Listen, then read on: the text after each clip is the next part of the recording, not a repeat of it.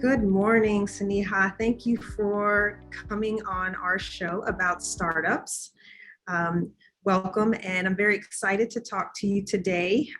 You are, from my understanding, and I'll let you explain a little bit more, but you you work quite a bit in the startup community, and you do marketing, which I have a ton of questions about that. But I understand that your company particularly focuses on startups. So today I wanted to have a chat with you and just talk about some challenges and also maybe some tips that you would recommend, since you've been in space, for some time, and could probably give some insight to other startups. So welcome, and thank you again for coming or showing up. Thank you so much, and I'm so happy to be here. A little bit about me. I'm Sneha, the founder and CEO of Step2Growth. And you rightly said, we work with early stage startups to help them build their marketing foundation and infrastructure. So our primary mode of working with any startup involves mentorship, advisory, training, and a little bit of service providing, all put in together with this mission of helping startups be self-sufficient. So everything we do with them focuses on giving them the ability to carry out marketing efforts on their own later on. Typically, at the end of our engagement, we'll train somebody in-house to take care of marketing. So, wow. Okay. Yep. So that's about Step2Growth. As far as my background goes, I started my career as a software engineer and then worked with Cisco Systems. Post that, moved on to becoming a business analyst and then finally a marketing entrepreneur today. I spend a lot of my time mentoring startups. In fact, today we are launching our initiative called Growth for Good, which is so we have two parts to Growth for Good. It's a philanthropic initiative by our company where we have Growth for Women, which is focused on women entrepreneurs. So trying and supporting them Wow. by giving them additional promotions on whatever we offer. And then for nonprofits or organizations who are driving their revenue through purpose, we are supporting them by being a marketing advisor for them. And it's all pro bono for a nonprofit. So we'll spend some time with the nonprofit and see how we can help them reach a larger audience. Wow. And so I want to back up a little because I'm curious. First of all, I think that's wonderful. I think that, having support for, women and nonprofits is necessary. And so it's great that you're doing that work for them. How, if I could take a step back with you, and what led you to decide to specifically target startups? Was there an experience or an event or a situation where you said, all right, they need our help? Yes. So I was working as a business analyst. That's when I realized that as a business analyst, you do so many different things. And that's when I realized that I like marketing. I was working at Wipro, and they have this Technovation Center where they talk about futuristic products. And my role, a very small role as a business analyst, was I had to create storylines for these futuristic products, which was the most exciting piece of everything I was doing. So that led me to marketing and startups. From there, I started working as a marketing lead for a startup, which is now acquired. So we have 2 acquisitions under our belt so far. Wow, congratulations.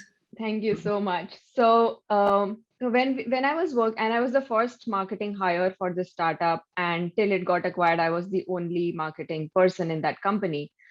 And while working with that startup, other early stage startups started reaching out to me for support. And that's when I realized that once a startup is Series A or Series B funded, many companies are ready to work with them because they have the funds, right, to pay for these Yes, services. correct. But nobody pays attention to the earlier stage. And what hurted me most was these startups, when they came to me, they did have their infrastructure set up for marketing. So they had email campaigns going on, they had a website, but I had to redo everything because it was not thought out strategically. And that hurt me. And that's when I decided that they already have less resources and now they are having to redo everything. It just doesn't make sense. Why don't I support these kind of companies, which are pre-seed and seed stage, and help them build that infrastructure correctly at the beginning, which is more focused and to the point, as opposed to like all over the place, and which is like the biggest struggle for a startup. Yes, agreed. And so how do you get them to focus on marketing? Because in the pre-seed or even the seed stage, cash is so tight.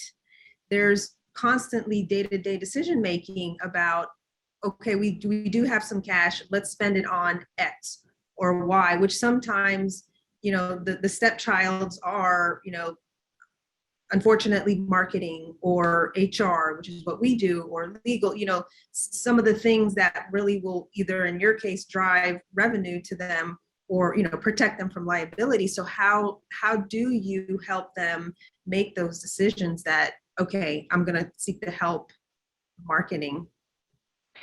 So two parts to that. The good thing is there are startups who are realizing the importance of marketing, and they are keeping that budget aside, but they still struggle between figuring things out, like what makes sense and what does not. And that's where our expertise comes into play. When you think about marketing, there are so many channels, and it does not make sense to go after every channel. That's the biggest mistake which startups make. They feel that they have to do everything at the same time, and that's when you don't have the budget to do everything. So the important thing is, first, for an early stage startup to figure out their target market. And startups say everyone is their market, but no, they are not initially. Eventually they might be, but initially pick the smallest segment and exhaust that segment. Reach out to almost everyone possible in that segment. And when you reduce your market from globally to just like a small segment, you already need less amount of money to reach that small segment. So that reduces your marketing budget. You get a proof that your product or service makes sense. And then when you start generating revenue from that smaller segment, you use that to reach the next target audience. So that's how it should be until you get funding and you've reached like Series A stage where you can now go after multiple markets. But initially, the focus should always be one very specific target market, because it's not just about the money, it's also about the time. And when I talk to founders, I always say this: you can do some of the marketing. It might be wrong, but you can still do it. But do you want to spend your valuable time on doing something which you are not passionate about? Or do you want to give that work to somebody else who's more passionate about it, has the expertise, so can get that done in a much shorter amount of time? And that's what founders should think about, that how much amount of time are they spending and is it worth that time? And if it's not, then somebody else who's an expert in that might come in and do it much faster. Gotcha. That makes 100% sense to me. If the founder's time could be better spent raising, doing fundraising or, the other high level activities that they are actually good at, then it makes sense to have someone who can, put together a plan fairly quickly and, help them with driving revenue in other ways, as opposed to, just focusing. So that makes sense to me. And did you see a particular challenge with women when, because I noticed that you also do a lot of mentoring for women in the startup. What also prompted you to focus on women specifically?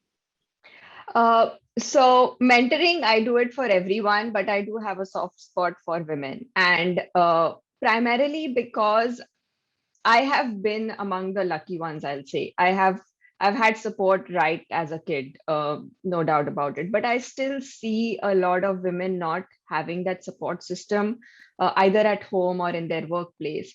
And things are changing, but I still feel that we still have a long way to go. And that's why my focus is a little bit more on women, because I want everyone's life to be the way I had things. And if I can be there to make that possible, I'd love to do that. That's great. Paying it back, in other words. Got it. Yes. And what would you say in your journey to getting to where you were at? What would you say are some of the challenges that, in addition to what we've already talked about, with funding and things like that? What are there any particular challenges that stand out to you for startups when they're getting to the stage where they're thinking about marketing? So I think there are many challenges, but I'll highlight a few of them.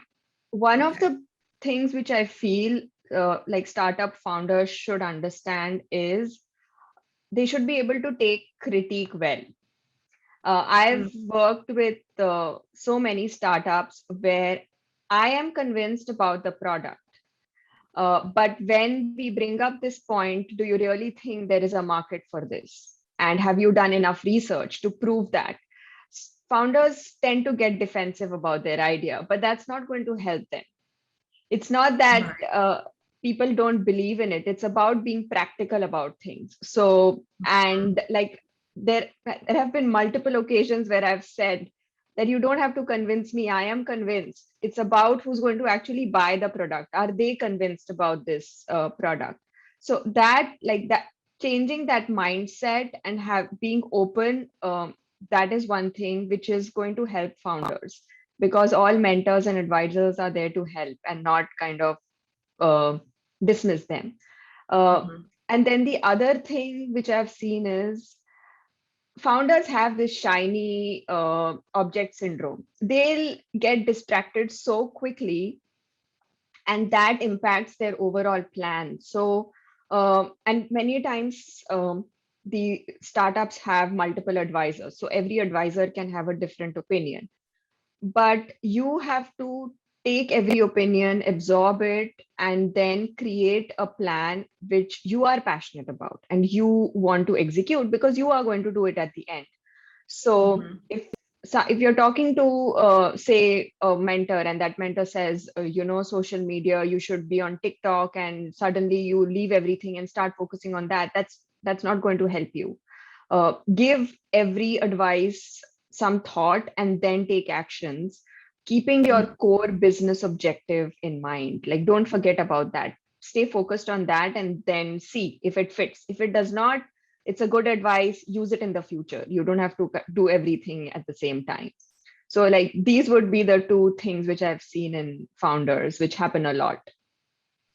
Yeah, and great advice. I mean, I agree with you. I've seen that phenomenon too, where you're trying to make sure that you get every opportunity, that you don't miss one, but sometimes it backfires because you're spread too thin pursuing all these different opportunities.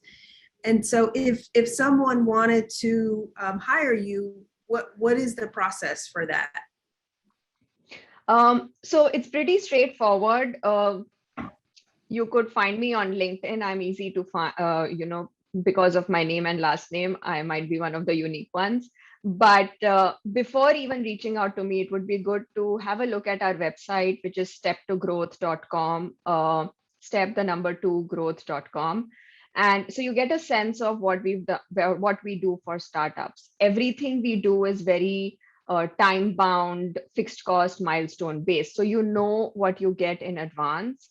And our aim is to support startups. So we never force a startup to work with us on an end-to-end basis. If they have spent time in creating some marketing resources, we always want to reuse it, unless we feel that it's not going to work out at all, which is rarely the case.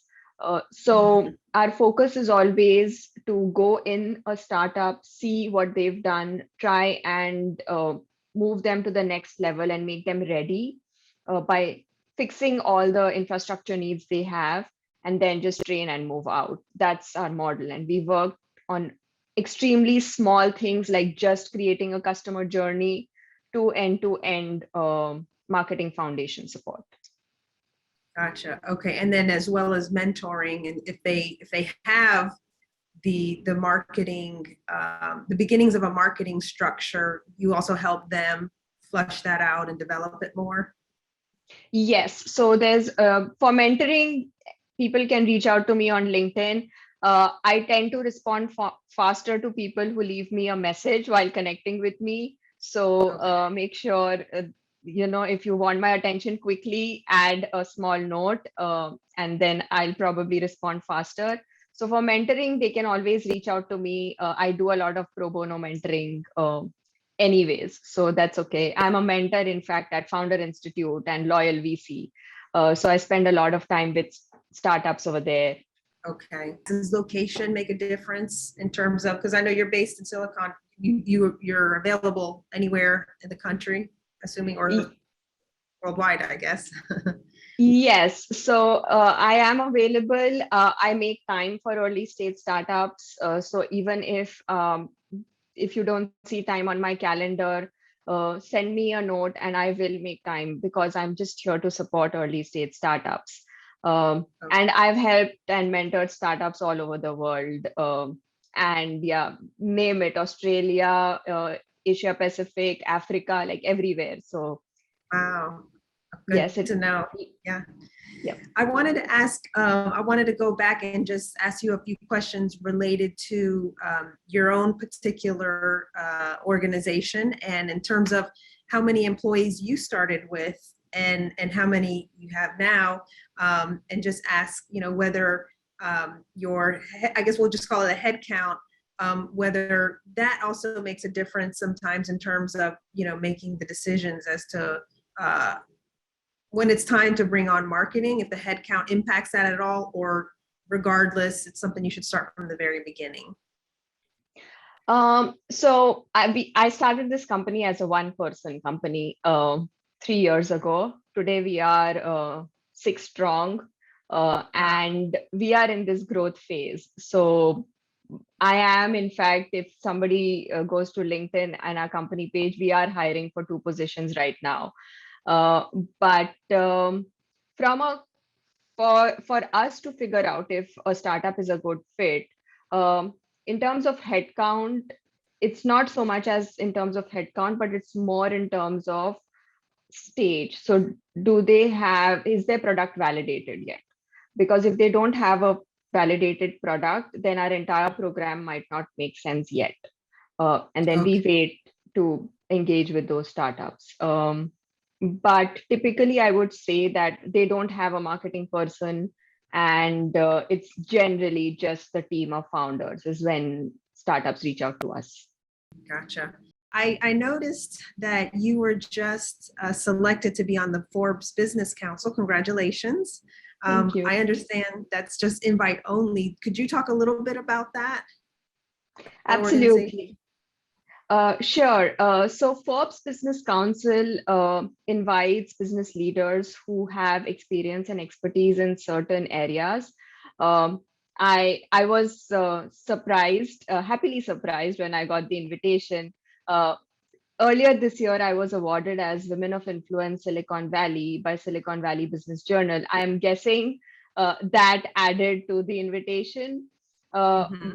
But I'm glad you brought that up, because I want to share this with all the startups that being a business council member, I get to share my thoughts with a wider audience. And I'm going to be publishing a lot of startup focused articles on Forbes. So feel free to follow me or my company, Step2Growth, on LinkedIn, where you can actually go through these articles. The first one coming out is going to talk about creating an investor outreach checklist. So what should you think about when you're reaching out to investors?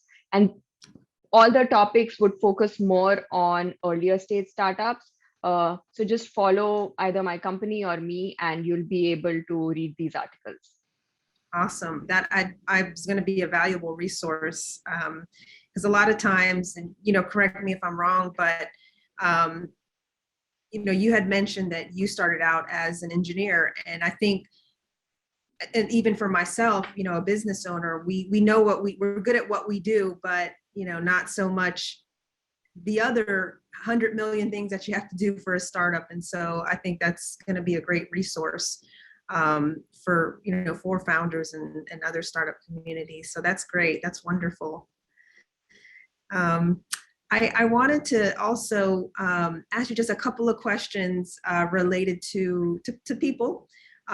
We are an organization of lawyers, and our involvement with startups, typically we do something similar to what you do, in the sense that we help startups put together their HR department and if necessary their legal department. And so I think, similar to your story, a lot of people in the startup community don't appreciate or don't realize the importance of setting up their HR department, and making sure that they have the right policies in place, or the right handbooks, or whatever the documentation. And so what in your experience with the startups, because you particularly deal with the seed and the pre-seed, which has a lower head count, but do you, or have you in your own personal experience notice any challenges with startups when it comes to managing their people, or setting up the what do I call it, like the template for managing people who will then eventually maybe do marketing down the road? Because I think you had mentioned that most startups they consist of a couple of founders. It's usually a 1 or 2 person team, and they're wearing all these different hats. And so in the pre-seed, is that typically a challenge also for startups? So I feel that people don't give it as much importance as they should. And you want to create the right company culture, even when you are just 2 of you, right? But that's not given importance. So I feel that startups don't even realize that this is a challenge yet. But company like yours can, help them be kind of educate these startups, so that they know that you start thinking about these things early on, because eventually people are choosing companies to work for based on the culture today. Things have changed, right? You want to work in an environment where you are valued. So I feel that they don't know this as a challenge. I know that this is a challenge because I'm it's more of a service-based company. People are everything to us. But for a product-based company, I feel they've not yet realized that this is a challenge. And I'm hoping that they do. Wow, that's so illuminating, and I agree with you. I think you've hit the nail on the head in terms of where the difficulty is, and them appreciating how important it is to set up, like you said, the marketing, but also the HR, which I agree. It all, for us, the end point is the culture. What are you creating so that you have happy people, which translate to your everything, the product you put out, or whatever it is that you're selling. So that was great. Thank you. I appreciate that. Absolutely. So I again thank you for coming. I know that I could probably spend a day with you and just picking your brain, to see. So perhaps in the future we can circle up again and maybe pick up a topic and talk about it again. But thank you so much for showing up today and sharing your knowledge. I'm looking forward to the resources that you're going to share with your Forbes Business Council involvement, as well as the stuff that you shared today. So I appreciate all the words, and I'm thankful that you're doing what you do for startups, because it's needed. Thank you so much. And I'm just happy to do what I'm doing. I'm really passionate about it. And people who talk to me feel that as well. So yeah, I'm just here to help. Great, thank you. Thank you. And everybody knows, if they haven't already heard you, your website is step2growth.com, and you can also be reached at your LinkedIn which is Sneha Lundia